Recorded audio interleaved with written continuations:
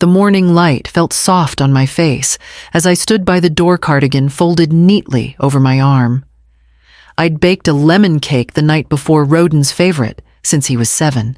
I didn't mention it when he called that morning to say they were picking me up. Just a simple, "We'll be there in 10. Dress comfortable." Valise barely glanced at me when they arrived.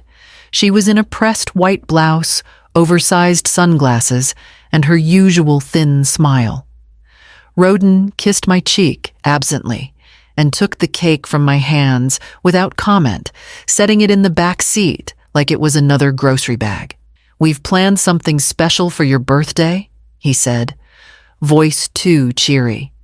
"Something that'll really give you peace of mind." I didn't ask questions. I knew better now. We drove past the restaurant I thought we were heading to, then past the lake where Roden used to beg me for ice cream. I said nothing. The silence between us had grown thick over the years like old wallpaper. No one bothers to peel off. When the car pulled into a long circular driveway marked Crescent Pines. Assisted living. My hands instinctively clutched the side of my seat. "This place is amazing," Valise said, still not looking at me. "Full care, on-site medical, even painting classes." I turned to Roden. He avoided my eyes. "Happy birthday, Mom," he said too brightly. "This is your new place. Professionals will take care of you now." They unloaded a suitcase I hadn't packed. Before I could find my voice, they were waving goodbye. I stood by the entrance, holding my purse heart strangely still. Inside, the receptionist asked my name and gestured toward a side office. Mr. Kellner, the facility director, looked up as I entered. His eyes widened, and he stood so abruptly his chair rattled backward against the wall. "You're Marilyn Quentz?" he asked, voice cracking. I simply nodded, still cold from the wind outside. He went pale, then cleared his throat, and said, "Please come in."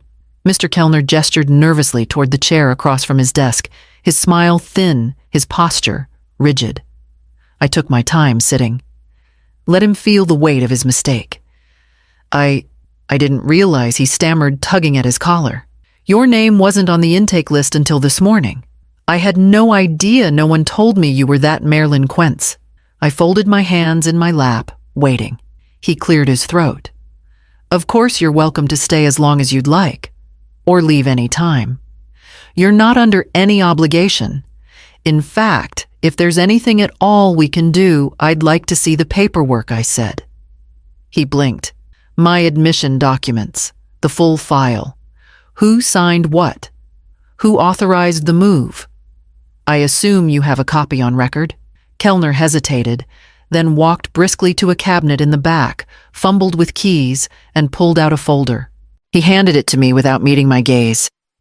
I opened it slowly. My name was there, typed cleanly on every page. Room number, allergies, personal preferences, care level. Then came the authorization, a power of attorney form, signed by Roden C. Quentz, witnessed by Valise E. Quentz. I stared at it for a long moment. My signature floated at the bottom of the page, neat, slanted, and absolutely not mine. Kellner must have seen the change in my eyes because he stepped back slightly. "I understand this looks unfortunate," I finished. I slid the file back across the desk, letting my hand linger on top of it. I didn't raise my voice. I didn't need to. "Keep this in your office. Don't shred it. Don't revise it. Don't touch a word." He nodded quickly, as if I'd just handed him a live wire. I stood and walked to the door slower now. Outside, the sun had shifted slightly against the floor tiles, casting long shadows along the hallway. I moved toward my room, fingers curled lightly around the strap of my purse. I already knew this wasn't the first thing Roden had forged. The suitcase sat like an accusation on the bench beneath the window, half-zipped and already slouched to one side. I hadn't touched it since arriving. I knew it would only confirm what I already suspected. The robe inside was an old one, stiff with age, its floral print faded to gray.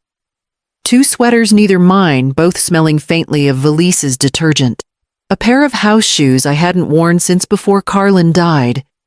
I didn't see my silk scarf, or my reading glasses, or the leather-bound planner where I'd written down birthdays and old recipes by hand. But I noticed more in what wasn't there. The cherrywood jewelry box was gone. Not packed, not forgotten. Just gone. I sat down slowly, hands resting on my knees, and let my thoughts stretch backward. 3 months ago, the sapphire pendant vanished. Valise had offered a shrug. You probably dropped it at the hairdresser. The emerald earrings, Carlin's wedding gift, went missing the week Valise helped me clear out the bathroom drawer. And the pearl brooch, the one from my mother, was never seen again, after Valise insisted on dusting behind the headboard.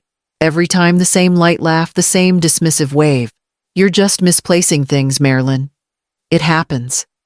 But it hadn't happened before she came around. And now, sitting here in a room not of my choosing, surrounded by items not of my packing, I finally saw the pattern, not as coincidence, but curation. Piece by piece, they'd taken my story. Not loudly, not forcefully, just deliberately. Even the suitcase lining where Carlin used to tuck in folded notes when I traveled for work. Those were gone too. Nothing of mine remained here except what they chose to leave behind. This wasn't a move. It was a clean sweep, a slow deletion. I closed the suitcase gently and stood. The overhead light hummed. The air smelled faintly of bleach and distant soup. They thought they'd brought me here to fade quietly. But all they'd done was sharpen the edges of my memory. I used to write systems in cobalt green command lines back when computers took up entire rooms, and respect was something you earned one line of clean code at a time. I was one of 3 women in my division, the only one who stayed long enough to watch those punch cards become platforms. That was where I met Carlin. He didn't speak much, but when he did, it mattered. We built everything slowly, our marriage, our savings, our exit plan. While other couples our age were chasing lake houses and golf memberships, we poured our money into things people didn't pay attention to yet. Diagnostic software, assisted care systems, early hospice analytics, quiet investments with long shadows. After he passed, I kept the rhythm. No one knew how deeply we were tied into the healthcare tech sector, and I preferred it that way. Roden never asked. He assumed I lived off my pension and old habit, and I let him. What he didn't know, what he never bothered to know, was that the Penfell Quentz Foundation, co-named for my goddaughter and late husband, now held title to 3 properties, multiple long-term investments, and 17% of a parent company that had just acquired a regional chain of nursing homes, including Crescent Pines. I opened my contact list and tapped Caller's name. He picked up before the second ring. Marilyn. I was just reviewing the quarterly reports. I'm calling in the clause, I said. He paused, then lowered his voice. Understood. Do you want this quiet or theatrical quiet for now? But it may need to shift. I gave him the intake date, the facility's name, and the forged documents details. When I ended the call, I felt no satisfaction, only alignment like a bone clicking into its rightful place after being dislocated too long. They thought I was old and slow, easy to corner, but I'd spent my life writing systems that worked silently until the right trigger was pulled. I returned to Mr. Kellner's office the next morning, just as he was settling in with a mug of burnt coffee. His hand trembled slightly as I stepped through the doorway. I'll be staying for 2 nights, I said. He blinked. Of course. Would you like to schedule a transfer after that? No, I said. After that, I'll decide. I asked for a facility map and made sure to walk the halls slowly, not like an intruder, but like someone who belonged, because I did, just not the way they thought. The place was clean, polished, but I'd learned over a lifetime that gloss meant nothing if it wasn't backed by structure. I watched how the aides spoke to the residents. Some were kind. Others moved too fast, too sharp, too dismissive. In the sunroom, I met Estelle. Her hair was curled neatly, but her eyes were dim. She told me her son hadn't visited in 3 years. He lives 20 minutes away, she said, almost laughing, sends flowers on holidays. No note. Later, I saw a woman named Joy be turned away from the small activities room. She'd been excited for an art class, but was told the session was full cut for budget. No apology, just a shrug and closed door. I didn't speak much. I nodded. I listened. I took mental notes, and when no one was looking, quiet photos with my phone, angles, rosters, schedules taped behind clipboards. That night in my room, I sat with the tablet and opened Roden's social media. There it was, a photo of him and Valise. Wine glasses raised a charcuterie board in the background. Caption: celebrating new beginnings with Mom, comfortably settled in her beautiful new place. She's in good hands. He'd tagged Crescent Pines. I stared at their faces, so pleased with themselves, so smug in their orchestration, and felt no anger. Just strategy. Because if they believed I was tucked away irrelevant and invisible, I wondered just how far they were willing to go while my back was turned. The porch light was on when I arrived. I stood beneath it for a moment, adjusting the collar of my coat.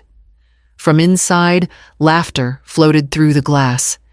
Music, too, something soft, curated. I stepped forward and turned the handle. The door opened easily. Inside, the table was set for 8. Linen napkins. White wine chilled in a silver bucket. Valise stood at the kitchen island, arranging figs around a wheel of brie. Roden's sleeves rolled up, was uncorking a second bottle. And near the end of the table, a woman in red heels flipped open a leather folder, the realtor. I walked in slowly, my heels clicking against the wood floors I'd refinished with Carlin 30 years ago. The room didn't fall silent so much as collapse. Valise dropped the cheese knife. Roden straightened too quickly, knocking over a half-filled glass. The realtor blinked at me, confused. "Sorry, are you the seller's aunt, or I'm Marilyn?" I said. "The owner." No one moved. I slipped off my coat, folded it over the back of the nearest chair, and set my purse down on the table. The pearls around my neck rested cool against my skin, just as they had when Carlin gave them to me on our 20th anniversary. "Don't pause on my account," I said. "I live here." The realtor's face turned a shade paler. She glanced at Roden, who tried to speak but found nothing useful to say. "I wasn't informed there were any remaining rights of occupancy," the woman murmured. "Oh, there's more than that," I replied. I walked to the end of the table, pulled out the chair, and sat. The napkin was monogrammed new, not mine. Valise made a small sound in the back of her throat, then retreated into the kitchen. "I hope the brie's good," I said. I was always the one who bought the nice cheese back when this house had proper groceries. Roden stood still, eyes darting. And I smiled just once as I reached into my purse and pulled out the first envelope. I slid the first envelope across the table. Roden didn't reach for it. The realtor looked at him, then at me, then slowly backed away from the table with an apology on her lips and her portfolio in hand. She wouldn't be staying for dessert. "Cease and desist," I said, calmly. "Forgery of legal documents. Power of attorney, specifically." Roden's face flushed a deep red rising from his collar. "Mom, come on. This is all getting blown out of proportion. We were just trying to help you, make things easier. Easier for whom I asked." Valise stepped forward from the kitchen, arms crossed too tightly. "It was a miscommunication. You were struggling, and we thought it was time to steal," I said flatly. "That's the word you're looking for." I opened the second envelope and laid its contents beside the first several printed pages, signed and stamped. "Notice of pending investigation. The district attorney's office will be reaching out. You'll want legal counsel." Valise opened her mouth again, then closed it. Her fingers twitched at her sides. Roden sank into a chair, rubbing his forehead like he could press the consequences away. I opened my purse once more and withdrew the final piece. the original deed notarized, and the trust transfer papers. I placed them in front of Roden with a slow, deliberate tap. This house, I said, was moved into foundation control 2 years ago. It's no longer in my name, and it was never yours to touch. It's protected. You can't sell what doesn't belong to you. They stared, stunned, into silence. I stood adjusting my jacket. You thought I'd lost track? That I was slipping? That you could erase me quietly and keep the walls? I picked up my purse and turned toward the door. The only thing you ever inherited, I said, was my silence. And then I walked back out into the night air where the cold at least had the decency to be honest. It didn't take long. Scandals rarely do.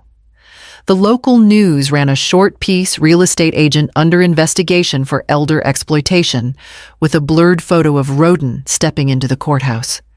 The article didn't name me, but they didn't have to. People knew. Clients began canceling listings. His office went quiet. Valise fared no better. Someone leaked screenshots of the forged power of attorney, the fabricated emails, the captioned photo of them toasting my new beginning. Within days, brands pulled out. Her polished grid went dark. Comments flooded her last post. Elder abuse isn't aesthetic. Where's the apology? You disgust me. I didn't say a word. I answered no calls, gave no interviews, let them circle their own drain. Then 2 weeks later, a letter arrived, thick linen paper embossed logo at the top, an invitation from Crescent Pines. Would I consider serving on the board of patient oversight? I didn't hesitate. The next Tuesday, I walked through the same front doors where they had dropped me off. But this time, I wore the deep plum blouse Valise once said made me look old-fashioned. A staff member led me to the second-floor conference room. Mr. Kellner stood as I entered this time with genuine welcome. The meeting was small, just 6 of us. I listened more than I spoke, took notes, asked questions about enrichment programs, transportation gaps, nutrition budgets. Afterward, a nurse I remembered from my brief stay approached me near the elevators. We heard what happened, she said gently. I'm glad you're back. In any capacity. I nodded, offering a quiet smile. I'd seen what it looked like from the inside, what was working, what wasn't. And now I had a seat at the table. Not as a resident, not as someone quietly discarded, but as someone with weight, with voice, with reach. I stepped back outside, into the crisp afternoon, the sky stretched wide and clear above me. My name was no longer whispered. It was written in ink at the top of the agenda. The second time I entered the director's office at Crescent Pines, I didn't wait to be offered a chair. I walked behind the desk and took my seat. The nameplate was already there. Marilyn Quentz, Chairwoman Patient Oversight Council. Across the table sat representatives from 5 facilities in the network, each of them curious, guarded, some skeptical. But none of them interrupted. I spoke clearly without embellishment. I laid out the plans, a full audit of resident services, reallocation of budget toward enrichment programs, art therapy, music access, community integration. No more paper roses and coloring books unless someone asked for them. Real tools, real expression, real dignity. I reinstated the intergenerational pen pal program. I approved part-time roles for on-site grief counselors. I negotiated with a local college to bring visiting art instructors every other Thursday. The art wing reopened the following month. Leora came to the ribbon cutting steady, composed with her mother's smile and her own fire.